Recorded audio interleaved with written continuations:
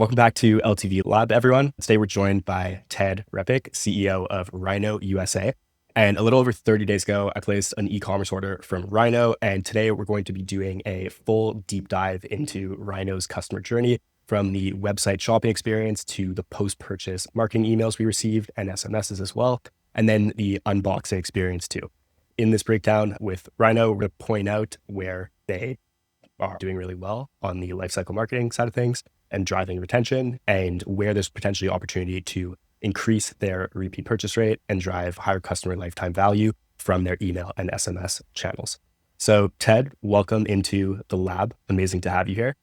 Before we get into our ordering experience and exactly what we went through, would love to just give the viewers some more context about you, what they should know about the brand. So first off, I know that you are currently the acting CEO of the company, but you are not the founder, correct? No, I am not the founder. The founder was my 19-year-old son, Cameron. Wow. That is a really interesting answer. And yeah, that's not what I was expecting. But that's really cool. So how did you come to be CEO, Ted?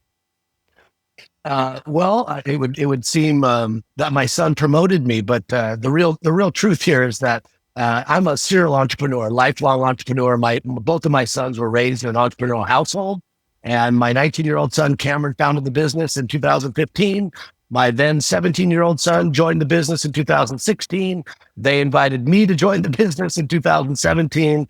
I relinquished control of my other companies, and I joined the two boys as the CEO. And then 2018, we recruited my brother.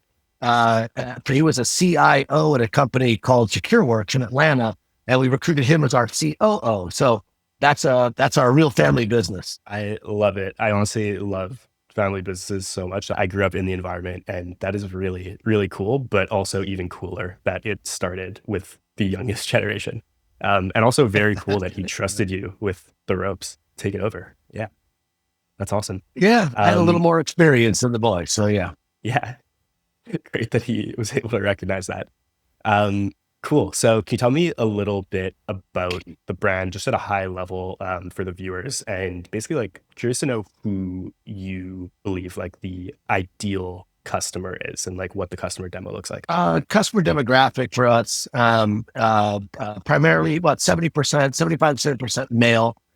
We do have a bunch of females in the demo that we actually just realized probably 18 months ago that we had that many females, and we just changed our marketing message to address them. But our customers are outdoor driven, not necessarily off-road or motorcycles. They like to go camping. They like to be outdoors. They're adventurous, not necessarily first adopters of equipment, but they do love quality, socially driven, based on quality of product. Rhino has built a name of quality, so people are definitely excited to show off our products to their friends and family. We have a lot of great fans out there pushing our brand forward.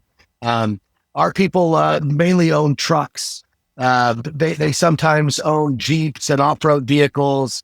They like to play outside generally. So that's why the categories we're in of camping, off-road, truck accessories, things like that resonate with our customers. Cool. Okay. I love it. And what was the starting point of the brand? Was there one hero product that started it all? Yeah, for sure. So, I think the difference with us is we are authentic in our product development. We understand customer needs, and we develop products that solve real world problems for our customers.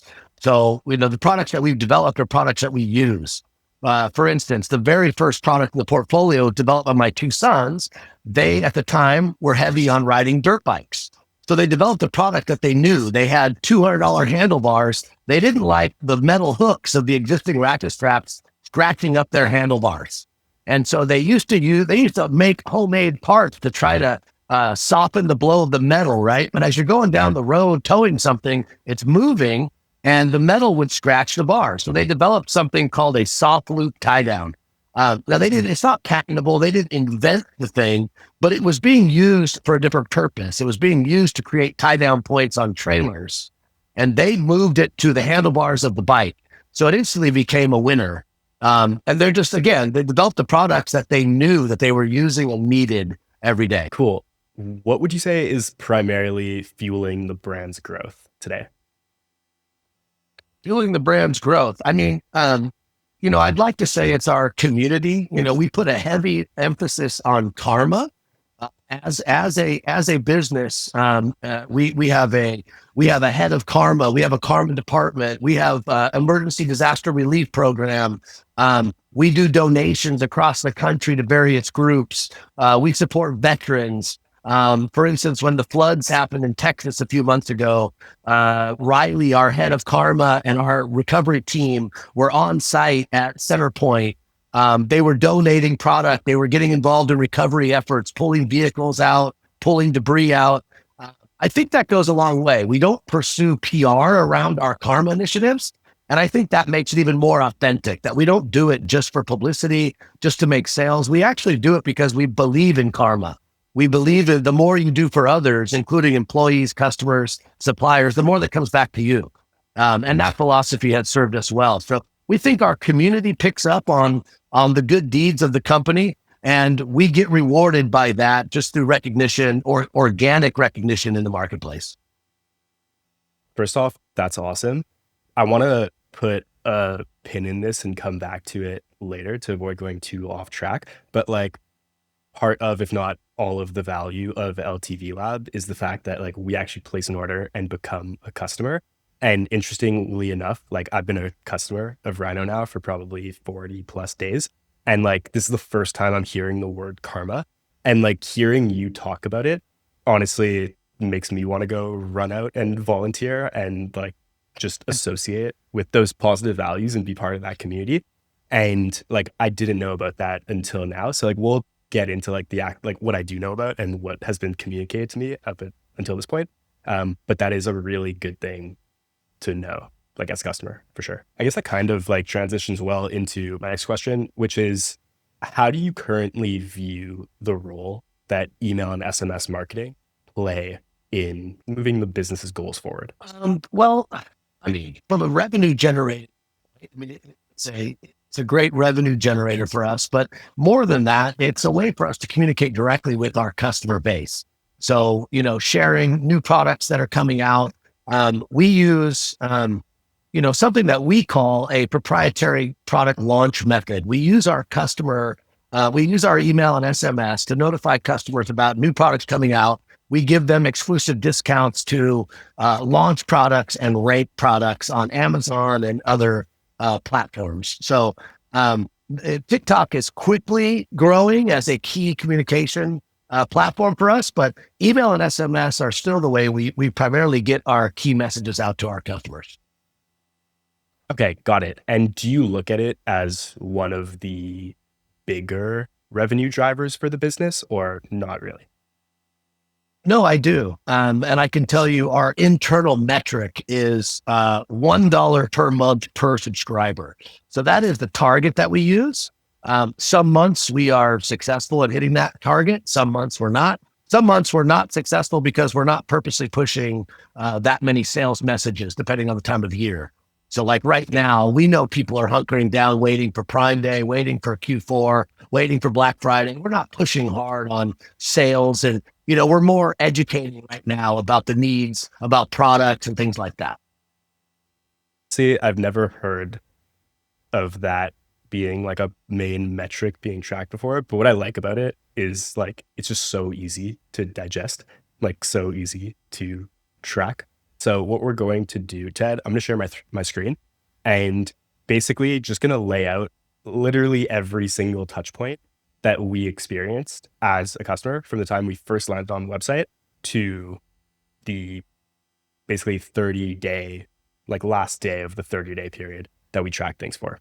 Saf is the one who originally visited the site. So she's going to walk us through this stage, and we'll basically just interject whenever there's a call out that we have.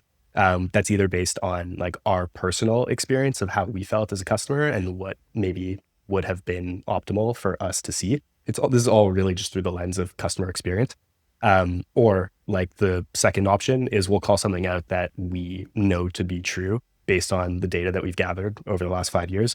Didn't mention this before when talking about the agency, but we've sent over 1 billion emails for e-commerce brands over the last 5 years.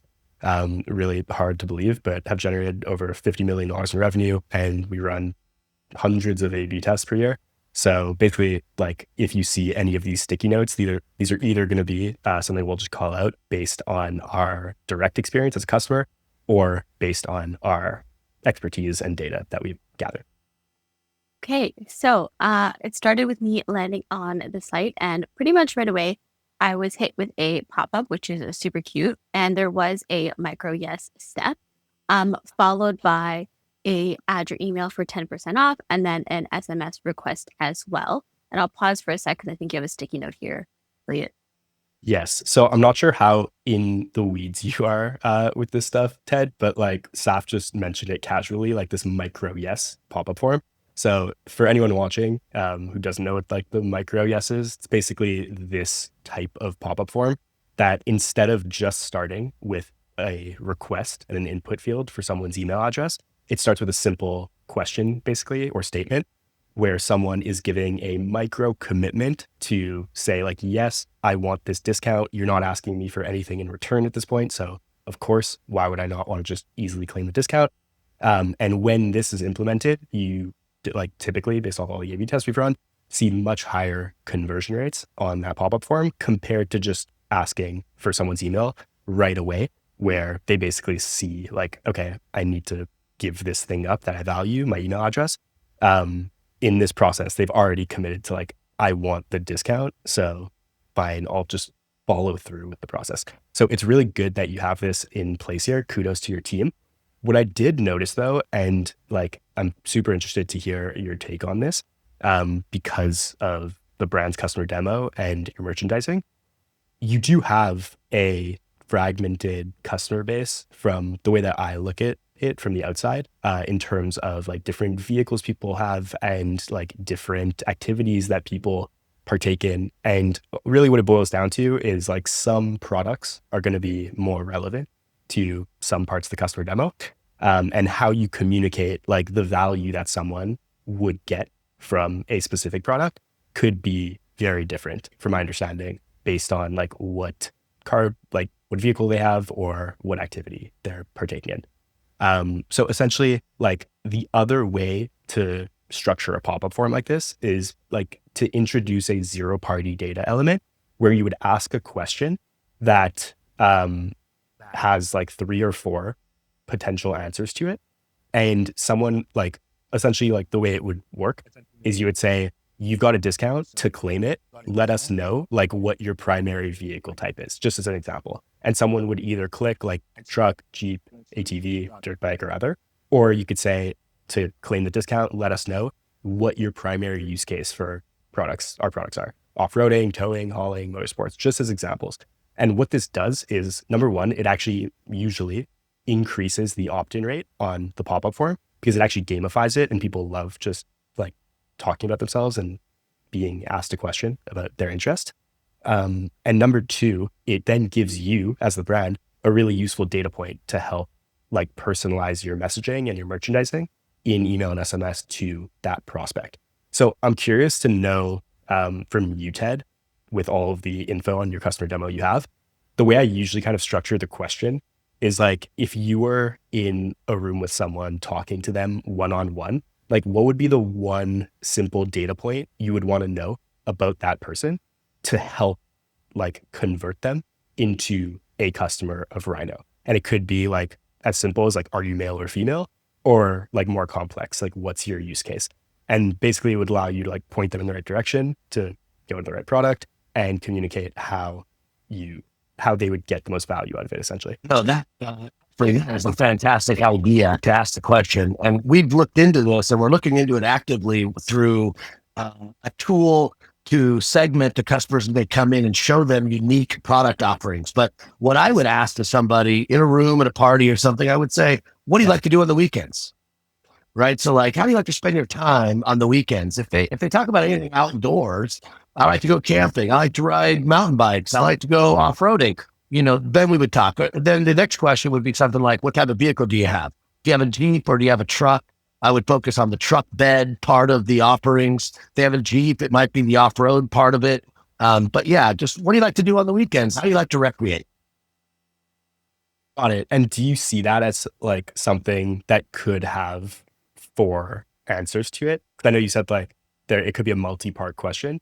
If there was like just one question, like what do you want to do on the weekends? Do you think something like that could be broken down to like four simple answers? It probably requires additional questions, right? Follow-ups. I kind of like your primary use case question a little better because it puts them into, you can even throw in like boating because we have a line of marine products. So, Okay. just showing pictures of the vehicles or the activity would be a lot better. The primary use case is probably the best focus for the question. Okay, that's super interesting. And like my follow-up question to that would be if someone does say off-roading or towing, let's say, how much overlap do you think maybe anecdotally is there? Is there like between those segments of people? Well, the way we like to say it is like we say things like there's three phases to our product line and the people that use them: scrap it, tow it, rescue it. So you're going to go out and play off road, or you're going to go play out in the world. You're going to strap some things down. Maybe you ride a bicycle, you ride a mountain bike. You're going to strap it down. You have an off road vehicle, a side by side. You're going to strap it down. And then what are you going to do when you strap it down? You're going to tow it out to the place you go. It's either going to be in the back of a truck, it's going to be on a trailer, and then you're going to go out and play. And when you play, you tend to break things when you're playing outside. So you got to recover it, strap it, tow it, recover it. Super interesting. So basically the answer is like there is overlap for some of them. And it's a really interesting way of just framing that like progression. So we like decided we want to claim the 10% off. Yeah. So after I put in my email to claim the 10% off. And then mostly out of curiosity, I didn't fill out the SMS subscription just to see if I would still get that 10% because there wasn't an additional incentive to offer to give my number as well. I did get the 10% anyway, so that was interesting. And then from there, the website was super easy to browse, which was really great. They had categories that were really easy to go through. And then even as you see here under accessories, everything was broken down again, super neat and tidy, which was really great. We ended up looking at the 14-piece compact tire repair kit. And I transparently probably am not the target demo for something like this because tools make me nervous. But what I did find is just scrolling through that product page, having that frequently asked questions section was so incredibly helpful because these are all questions that I would have asked being just a girl and not really knowing how to repair tires. So already I was thrilled that I had all my questions answered in one place. And that was pretty much it for the website experience. After that, it was the unboxing, unless, Elliot, you have anything to add regarding the website. No, I think the website design is like very simple and easy to use. And honestly, like we've recorded a lot of episodes of LTV Lab at this point. And when it comes to site experience and like how it actually makes us feel as a customer, and if we would want to come back, like it's more about reducing anything negative than like having anything over the top. So just like being able to find the products you're looking for really easily, being able to get the information that you would need to make your decision easily, and then just having like a smooth, easy Shopify checkout experience is really like in general what customers are looking for. So I appreciated how efficient you guys made it. Before we get to unboxing, because I didn't get my product yet, the next thing that happened, Ted, is we immediately after placing the order, received this order confirmation email. So this is a basic Shopify order confirmation email. Some brands like set this up through Klaviyo just so that it is kind of more branded. I don't necessarily believe that that is required. I think for transactional emails, like having it come through Shopify is fine. What I will say, and this might just be my personal experience as a customer, when I do see like a basic template like this come through, I don't bother reading. So until we actually like started analyzing these for the LTV Lab exercise, I didn't really see that there was like this additional note because my experience when I ordered is like I just saw the notification came through. I opened it. It basically looked like the default template and then just went on. There really wasn't anything that I needed to see here, like based on what I ordered. But yeah, just wanted to call that out as something that I experienced. So this was on August 28th. It was the same day that the order was placed. And the next email that was received the same day was this welcome email. So basically, you let us know you're officially part of the Rhino USA crew. I think this is such a nice touch. Like, it's just a really simple touch point to say, like, we acknowledge that, like, you handed over your hard-earned money. You're trusting us with a product that is very important in how you're going to use it. Like, thank you. You're now part of the family. And like, I love to hear that. In terms of like constructive feedback on how this could have been improved and basically what I experienced going through this is like, number one, the call to action that you have here, the CTA button, it basically says like, see what the community is doing. So that's like the main message of this section. Your first order is in the works, and then see what the community is doing. What's interesting here, and I would say like not optimally aligned with like how good it could be, is the URL that this takes me to when I clicked it is just like right away. It's basically saying like, join our VIP list. And then it's asking me to put in my full name, my email address, and my phone number. So my immediate like reaction when I went through this was like, well, they already have my name and they have my email and they have my phone number. So like, do I need to put my info in to be on the VIP list, or am I already on the list because I've already signed up? And then also like with the like CTA of like, see what the community is doing, which I think is a really like, it's a really good call to action, because your customer demo is like so built for community that I think that like this is a great message. But when I like landed here, I that's not what like stood out to me, which is why I feel like there could be better alignment potentially. But I'm curious to know from your perspective, Ted, like, do you know, like, is there anything you can share about like what the strategy is for people like signing up to that VIP list? Well, I can tell you, I'm not involved in everything going on at the company, right? We're pretty big at this point, but I see the disconnect. And I think part of it is because there's a lot of, when somebody buys on one of the other platforms, like Amazon or TikTok, we don't control their data. So I think the initial impact here is we hate using the word try. We're looking to gather more information from the customer. I think this is definitely a disconnect, because this is a Shopify purchase, so we already own the contact info. So I would say this is a miss on the side of the team. See what the community is doing should probably bring you into one of our social pages and allow you to see what we're doing there and try to get you to opt into social at that point. That's what I would expect where that would land. So I do see the disconnect. For sure. And yeah, there is like, to the team's credit, like there is social content below, but it's just like, if I'm opening this on my phone, like this is all I'm going to see unless I scroll down. And I'm curious, because of the like TikTok shop and other platform elements, for anyone watching, like, can you describe how the data collection works? Like, you get their email, I guess you get their email address if you're sending them this email. Well, in Shopify you're talking about? Yeah, no, just because something you pointed out is like, for those other platforms, like you might not have all of their information. No, we don't get any contact information for the customer there. It's all masked through the platforms. So you don't even get their email address? No, we don't. Okay. Oh, so technically those people wouldn't be receiving this post-purchase email anyways.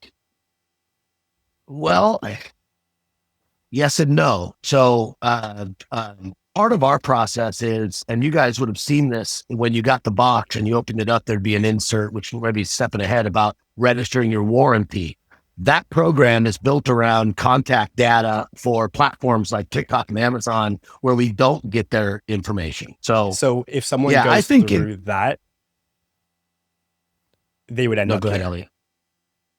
Yes. Got it. Okay, that makes sense. And yeah, I did notice that in the unboxing. So yeah, that makes perfect sense. And I guess like the last part of my question here is like, is there a strategy to treat VIPs differently, or is that really just the language that's used for like anyone who signs up for email and SMS? I think what we call really our VIP list now is SMS. So you're willing to give Yeah. us your phone number and allow direct communication. That is our VIP list. Got it. Okay, cool. Cool. Next up, I think the community messaging, like I said, is great. I think that like ideally it can have more focus. So like in a situation like this is one of the biggest call outs again, like for anyone watching, this is based on all the data that we have. When you put a lot of information in an email like this and you have like different messages and different CTAs, you're basically like asking someone to like, if you think about it, like read from the top, click on this button, come back to the email, scroll down, like click on a different CTA, click on a different CTA. So in reality, like most people don't scroll down to the bottom like of an entire email. And that's where one of the biggest like improvements that could be made for all brands is like putting more focus into each individual email. So like having one email that from the subject line to the header to the like only CTA that's talking about is like just focused on community or just focused on your order update or like just focused on assistance here. Because I think these are all really great messages. And the call out for me, again, as like a regular customer who received this, is like I didn't scroll down the whole time. And like I never saw this like need assistance message. So like these are all like you're basically talking about like your order update and then the community element and then the need assistance, all great messages that unfortunately like aren't all given the spotlight that they deserve, if that makes sense. Yeah. No, I have a question here, Elliot. Yeah. Internally, we talk about these things, right? And you guys, in your expertise, you know, like this is a Yeah. debate. Maybe you guys debate this as well. How many emails should we be sending to our customers at what cadence? So it's like internally, we would say we definitely don't want more than one CTA on an email, but we're also not trying to overload our customers with multiple emails. So what would be the advice on how should we break this down to 3 separate emails and send them individually? And at that point, what cadence?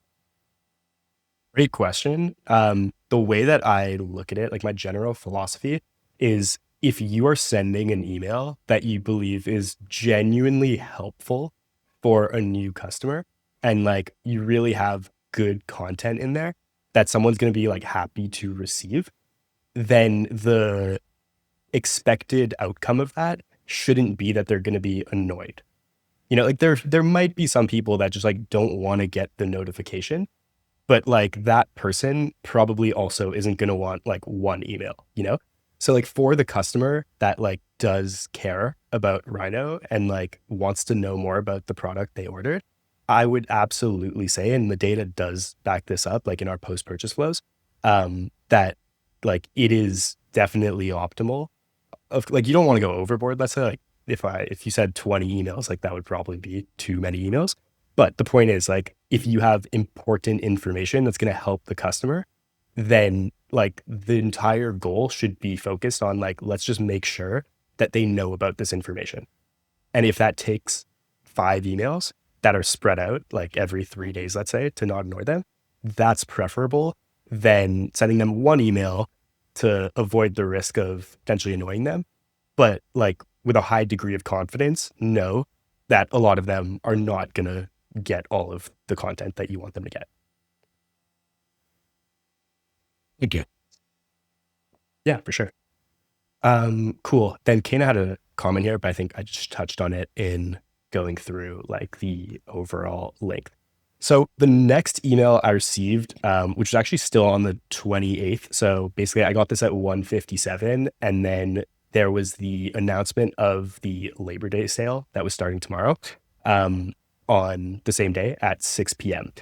I'm curious to know, Ted, and I'll tell you that from my personal experience as a customer, I was not offended or like annoyed to see that there was a sale coming right after I placed an order because I got that 10% off my first order. I think if I had paid full price and then saw that there was a sale coming, maybe like that would have rubbed me the wrong way.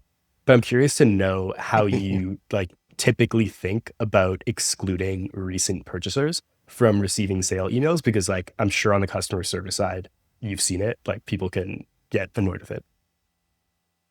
Yeah, I think this is a miss. And honestly, I would expect that new customers would not automatically go into this flow on this is a regular flow to all of our customers, right? So you guys signed up. There should be a delay of, I would think, at least a week before you would get any other emails about sales or other things. So for me, I would look at our team and say, this was a miss. We would not want to send this to a brand new customer.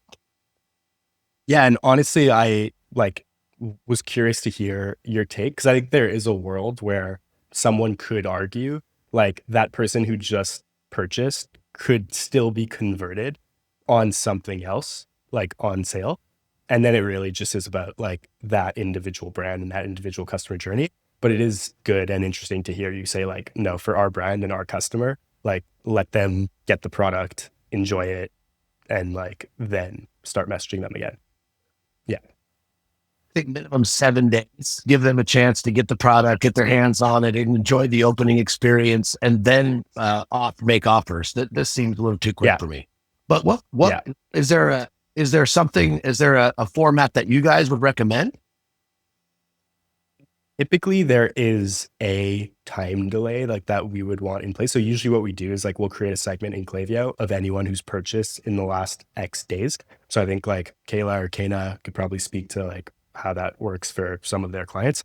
But it is different for each brand. Like some brands will say like, we want to wait 2 weeks. Some brands will say like 7 days. So yeah, it depends. Do you have any insight, Kana or Kayla, on like how you decide that? Yeah, it very much depends on product and repurchase behavior. I know I've looked at some data on some of the brands I work with, and we can see like when people repurchase the most. So like for some people, it's like 5 days. And then for other brands, someone's not going to repurchase for 30 days because of like, it takes 30 days to use like the first product. So very much varies depending on like use of the product and what the exact product is. Yeah, I work the exact same way as Kayla. For example, if it's like a highly replenishable good, then we'll hit them a lot quicker versus, for example, like a jewelry brand where they wouldn't buy a really expensive piece very close to when they purchased the previous one. So, we'd have a longer time period there, but it definitely depends on purchase latency.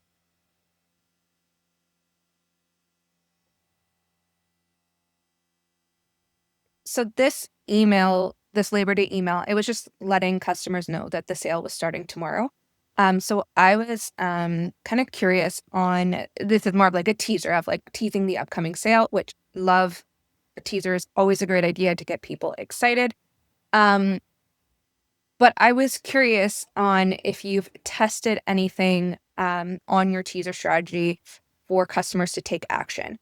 For example, the Labor Day sale starts tomorrow, sign up for SMS and you'll be the first to be notified.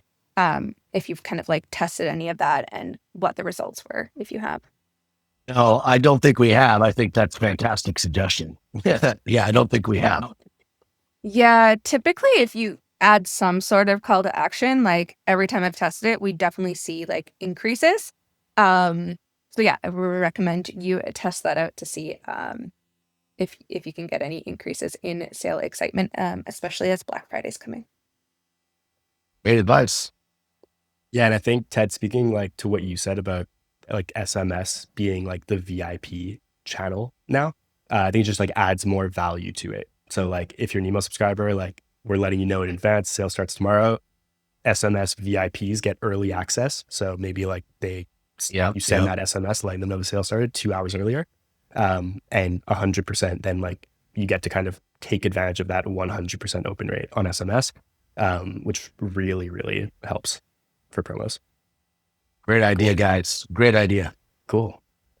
Cool. So basically next up, same day received these SMSs from, I believe you guys are on Postscript. So yeah, basically just the welcome message, appreciate your support, your order will be shipped soon, notify you once your order is on its way. I appreciated that checkpoint, and like any like proactive customer support, like or just message to let me know that like you're watching things, you got my back, is always really appreciated here. Next email was 2 days later, I believe. This was just 1 day later. So this is a day after I placed my order. Kayla had one comment here. This is the Labor Day sale launch email. I like that there's you've broken it down, like the main savings 20% off, but then you have these like bundles, and it's a little bit small underneath the 20% off of like up to 37% off on these like Labor Day kits. And I think it would have been really impactful if on each of those kits, you could have put the individual savings and callouts. That way it's like really easy to like scan and see, okay, this kit, it's 30% off. This one's 20 for whatever my needs are. I don't have to necessarily go digging for like what that discount is. Yeah. This is an example of something that like is purely being called out for the sake of like the hundreds of A/B tests that we've run.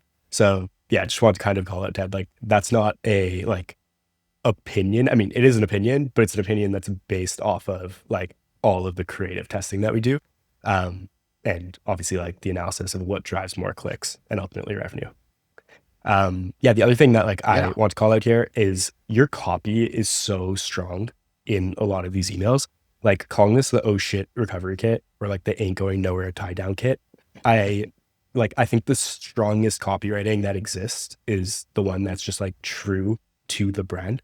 And like you're not trying to make everyone happy. You're not speaking to everyone. Like you know who your demo is, like for when your buddy sends it way too hard and you're the only thing between him and a long walk home. Like that's amazing. And it's not for everyone, but like for the people it's for, you are now their favorite brand. Like they're not connecting with the corporate competitor in the same way, you know? Right. That's our goal, right? We know what our brand voice is. Your old college drinking buddy, you haven't talked to for 2 years and it's just, hey bro, let's go grab a beer. So we take that brand voice very seriously. Yeah. Did that stem from your son or no? Yeah, it stems from just listening to the way the boys talk. When we go out off-roading and going out having fun together, we don't speak, the way you speak to your friends, Actually, the way I had my email guy, Tristan, start writing these emails was through text. I said, write all your emails by thumbing them on text because that's the way you talk to your buddies. And so he started out typing every email on a cell phone with his thumbs like he's texting his buddies. That's legitimately a genius strategy. I love it. It just like puts you in that zone for sure. Cool. I can go through these. It's all very minor stuff. It's just specific design things that I would suggest looking out for. The whole point of these is to make sure that you're converting people, you're getting people's attention. And when you have, specifically with Labor Day sale is live, you have 3 layers of the same copy there. So it really does make it a little harder to read. Specifically the sale is live with the blue and the gray and the white. It's a little bit with that drop shadow, it makes it difficult to actually see the information. So when it's specific information like that, I always would suggest having just clean one color so it doesn't distract from anything else. I would also, if you're not having the entire email slanted, because like your first module here is a little bit on an angle, the rest of it is very straight up. It just makes it a little bit of a jarring like jump from one to the other, but it's not a major thing. It's just something to look out for. And with regard to the main module, as a Canadian, I would always be a little cautious of having anything to almost look like you're distorting the flag. And the highlight would be to make sure that it's nice and clean and easy for someone to see and not have these little etches or burns into it, because you don't want to rub someone the wrong way. And as we go lower down in the email, the only thing I have to say about it, other than how much, even when I first saw it, I thought the copy was great. A lot of your products are dark in nature and like have a lot of blacks and dark grays. Using a dark background doesn't allow the product to really stand out and pop off the screen. So the only suggestion I would say here is just use either a tone of the green or a lighter color, just so that your products really stand out and can emphasize the quality of the products. Solid feedback. Ted, thanks, Lauren. We actually took the liberty of like putting together a redesigned email that is just purely, again, like for anyone watching, Like this is based on hundreds of A/B tests that we've run on like what drives clicks and what drives conversions. And a lot of these things are like very small details, but when they are combined and when you kind of compound all of these best practices, you just basically come out with like a very scannable email. So again, like I think like to what Lauren was speaking to, like if I open this email on my phone and like this is what I see, immediately like my eyes don't even really know where to go because like there's so much color and so many kind of like different elements in a really small space. Whereas like if I open my phone here, like it's just very clear, like Labor Day sales live, no code needed, 20% off, shop now, big green button that like clearly stands out. Even like the button here kind of just like looks like the no code needed background in terms of the shape. So like having a really clear, big pronounced button makes a big difference. And then this is kind of what Lauren was speaking to in terms of just like having a lighter background to really allow the products to be seen more in their natural light. So yeah, it's like not major changes, but definitely ones that we are very confident would lead to a lot more clicks. Any rough thoughts, Ted? Well, yeah, no, I like yours better. No arguments for me, guys. It looks a lot better for sure. Okay. Well, you gave us a great base to work off of, so I appreciate it. So we are now at August 30th over here. So this is one day after the last email. Labor Day sale was still live. This is a really big call out here, and I'm really curious to hear like how you guys think about this. But you basically just resent the same email that was sent the prior day, letting me know that the Labor Day sale is now live. And like when we have tested this, what we found is when you just send an email with like a different slant or different angle, it drives a lot more engagement. And at the end of the day, more clicks is going to equal more revenue. So like what I mean by that, just an example, is like instead of just saying like, go shop 20% off and like, here's the exact same things we showed you yesterday, my gut reaction when I open this email is like, okay, I wasn't really interested in this 2 days ago personally, because I had like already just placed my order, but I'm not even like giving this one more second of thought because like, I already know what you're telling me. Like it's the exact same content that I've already seen. So basically instead, like what could be done is like just a spotlight on like what's inside the 37% off kits. Because if I did go ahead and like open this email and maybe click on this link or maybe not, I wouldn't have necessarily like seen everything that there is to know about the tie down kit or about the oh shit recovery kit, like that I'm able to save 37% off. And because there's so many products in here and like so much value, if I did get an email that was like, here's everything you're going to get in the 37% off kit, then like that would attract my attention more to just say like, okay, like first off, I think I have this. Yeah, I have this right over here. But it's like that 37% off language is more impactful right away than like 20%. So the fact that like it's not in the subject line or the hero and I'm only seeing 37% below isn't ideal, because ideally we would want to lead with the highest number. And then like I'm just getting very limited information unless I click on get this bundle about like what's in here. So that's just one example. But another thing you can do is like if the whole site's 20% off, like you've had people who have signed up to your list or are already customers that have been engaging with the brand, maybe waiting for a sale and positioning the products that might have like gotten them interested in the brand that they saw in an ad or that they saw from a friend, whatever, and like got them to the website in the first place. Basically saying like all of our best sellers are 20% off today, and then just putting them right in front of them performs really well as like a different angle instead of just again saying like the same message. Does that make sense? I would only expect the same message would be sent to people that did not open it on the first day. So that would be my expectation. And then there'd be a subject line change. If you did open it, then it should absolutely be different. If you guys opened the first email and then you got another one, the same exact email, that is not good. Agreed. I can't guarantee that the other one was open. So it is possible that this was resent. Even in that scenario, like I'm definitely for resends, like in the right scenario.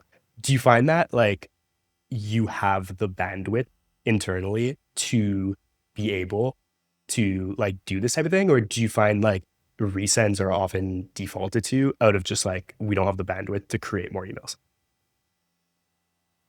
That's probably it. We probably don't have the bandwidth, and people probably get a bit lazy thinking there's so many different emails to create and send. Let's just, if they didn't open it, 24 hours, resend it to them. Maybe they swizzled the subject line. That might be the amount of work they would do. Yeah. And the truth is, like, I can't tell you with 100% confidence that like how much incremental revenue you would gain if you sent that like different email than a resend, but it definitely is worth the A/B test, kind of just to prove it out. Because in most cases, like there would be, but even then you could kind of decide like, okay, it generated $500 more in revenue, but it would cost $200 to like create the additional email. So it's a wash, but definitely just something to know about, I would say, in terms of like an optimization. Cool. This I really appreciated, like really on the ball with a text message letting me know that I could track my package like via text. So I think text is just a really good channel to like provide those updates. That it's like an easy win for sure as a customer. Cool. Next up, like Labor Day site-wide deals. So another email about the Labor Day sale the next day, and basically just letting me know that it ends tomorrow. Something I noticed, and I like probably wouldn't have noticed this otherwise, but I didn't receive any SMS messages about the sale. And I even went back to check after. Yeah, we probably should have done that. It probably does come down to bandwidth, like you mentioned it, right? It probably does. There's a lot going on with the internal team, and they probably just get overwhelmed. For sure. And this is like for anyone watching, the two places that like SMS really has the highest ROI are like whenever there's a promo, especially around like the launch of a promo or like last chance message, similar to this one right here. Or when you're launching new products. Like both of those are the times when you absolutely want to take advantage of that SMS list. Cool. So the sale ended, a few days went by. I received an email that my order had been delivered. So again, like easy win. You let me know it was there. I live in a condo, went and got it so that it wouldn't get stolen. Like very appreciated. In terms of the packaging, like packaging was just like standard. It was a standard mailer. The way we look at packaging, we've done a lot of these on LTV Lab now.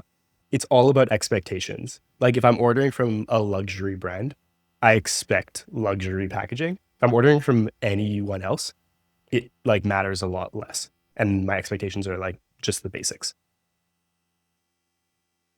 Yeah, so it depends on our product, right? This is one of our cheaper products, and it comes in a special packaging that's all inclusive. Most of our packaging is a little higher end. We have modeled most of our packaging around Apple.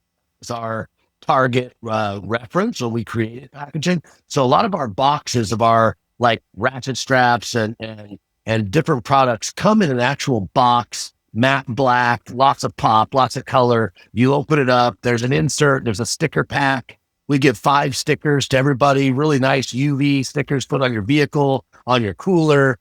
But this product, because it's on the lower end of our product line on cost, it doesn't come in that kind of packaging. Got it. I think that makes perfect sense, but thank you for the explanation. Next emails I got an email promoting the Perfect Recovery Kit with this 20% off discount.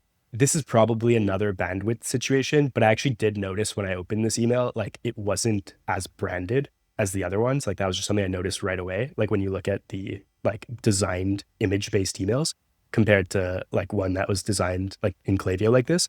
That like, is that a fair assumption or is that part of the strategy? Do you know like the mix of those? Yeah, I honestly can't tell you. I would hope it'd be part of the strategy. We'll see. But it very well could be a bandwidth issue.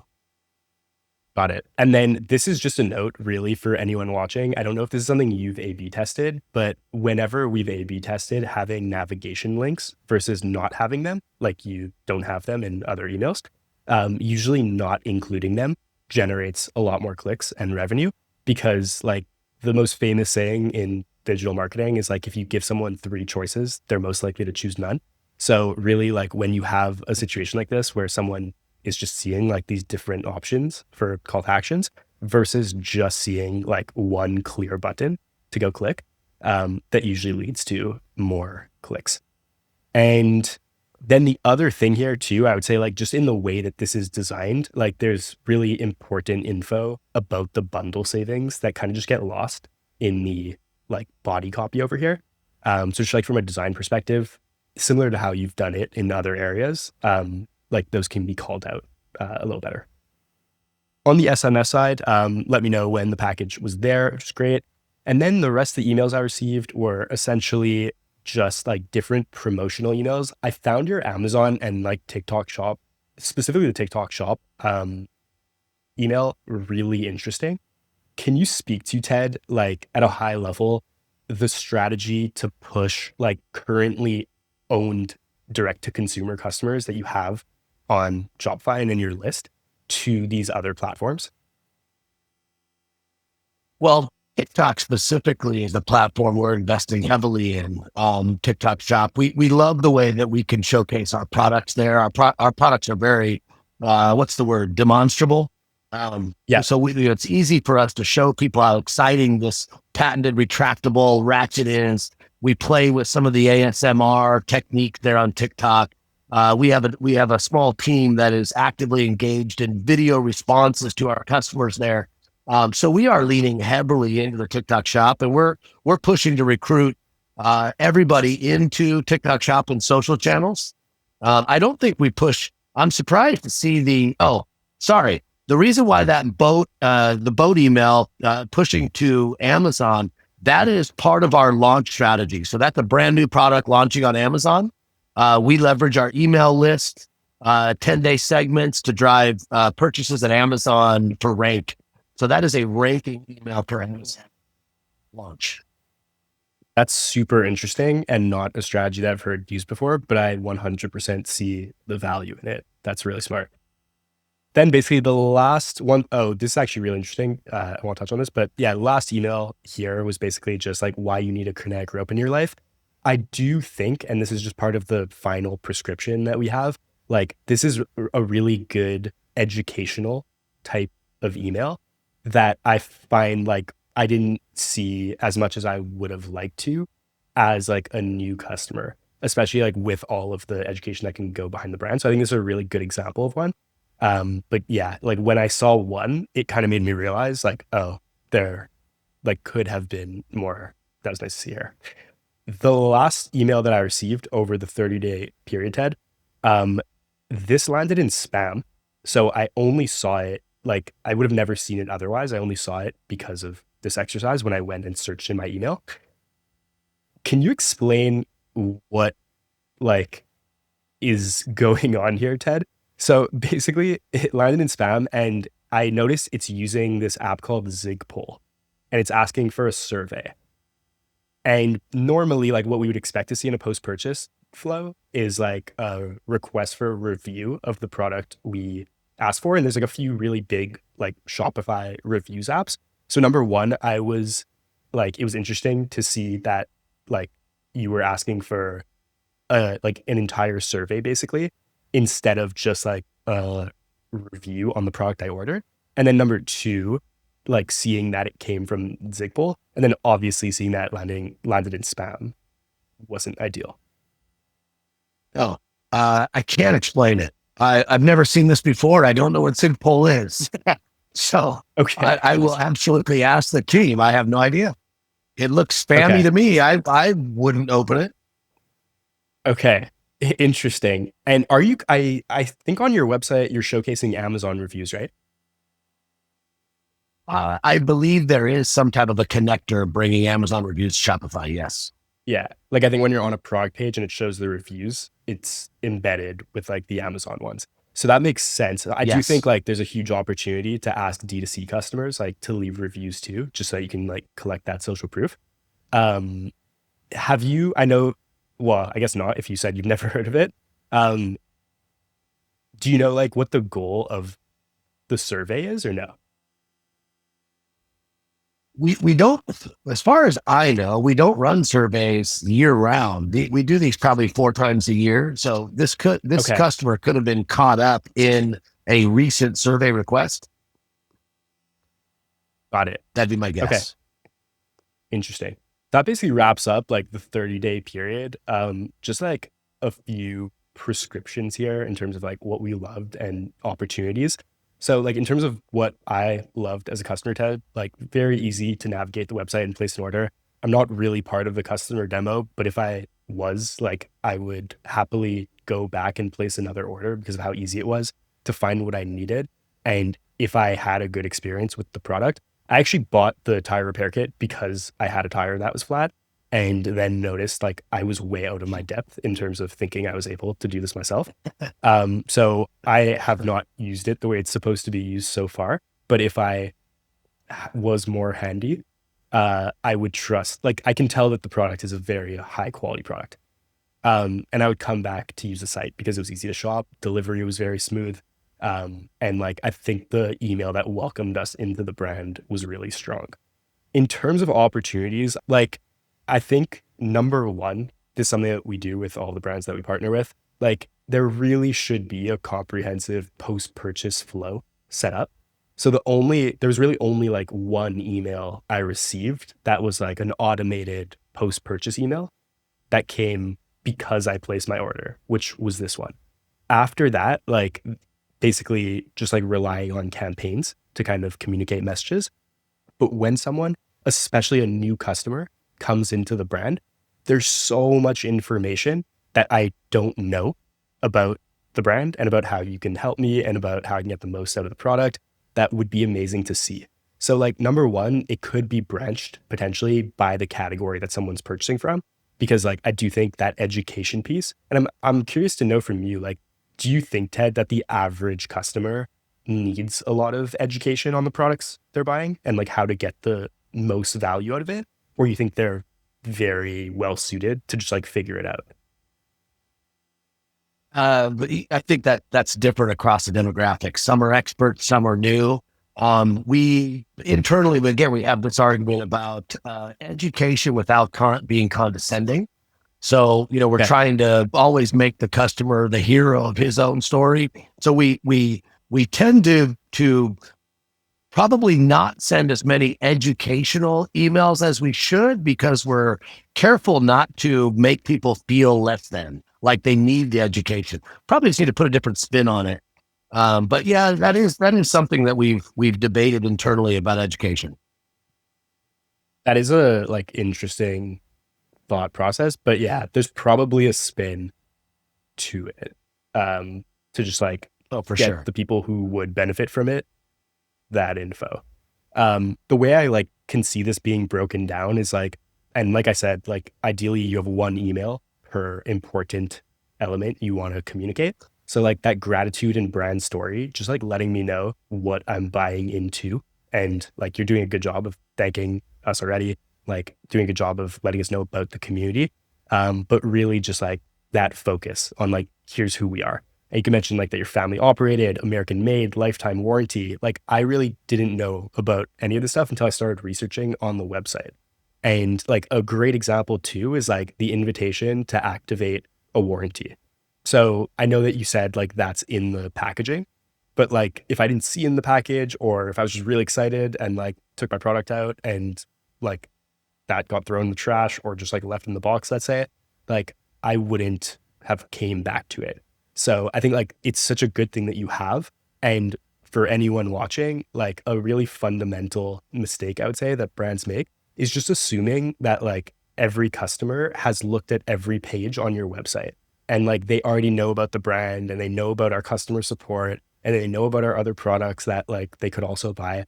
When in reality, like the way that we all shop is pretty like it's not that. It's not like reading every word on every about us page and every collection page of the site. So that's basically like where this strategy stems from and why it's successful. But the next part of it is like product education. So how can I actually use the product I bought? Customer support. You have such good customer support language, but again, like it's kind of buried and it's not being proactively communicated that like we're really here for you. And I do get the sense that like you have great customer support.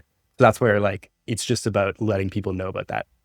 Like cross-selling and upselling based on what people ordered, really like focusing on community, invite people to follow on social. I saw like you promote upcoming events on the website, which is really cool and something I would have never seen otherwise.